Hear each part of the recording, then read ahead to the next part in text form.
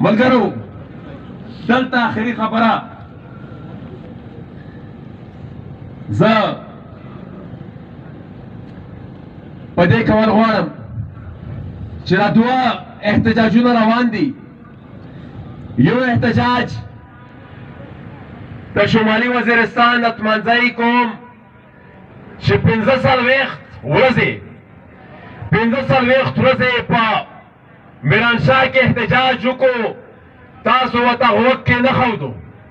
بیا هغې لاړل، دا 14مه او 15مه ورځې ده که 18مه ده، په پېښور کې د صوبایي اسمبلۍ مخې ته ناست دي احتجاج کوي، خو تا اوسه پوره هغې ته غوږ کې نه ښودو.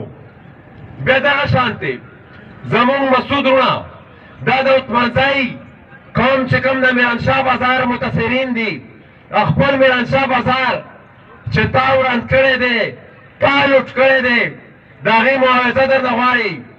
ملګرو بیا زمونږ دا مسعود وروڼه چې هغې متله 100 ورځې وشوه چې دلته ناست دي پټان کې پرلت کوي، خو تا اوسه پورې هغې ته هم غوږ نه کېښودلو. ملګرو زه ریاست ته دا وایم چې که د دې اواز تاسو ته نه ده رسي، ستا د غوږونو ته د دې اواز نه ده رسي، نو دلته ډاکټر صاحب هم خبره وکړه.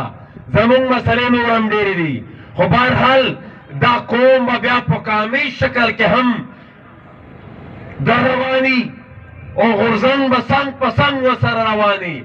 بیا به موږ د ځو یو ځل بیا به اسلام آباد ته درځو، بیا به در سره بیا په چل نه پوهېږي چې زه په دې کام او په دې غورځنګ باندې بیا څه وکړمه.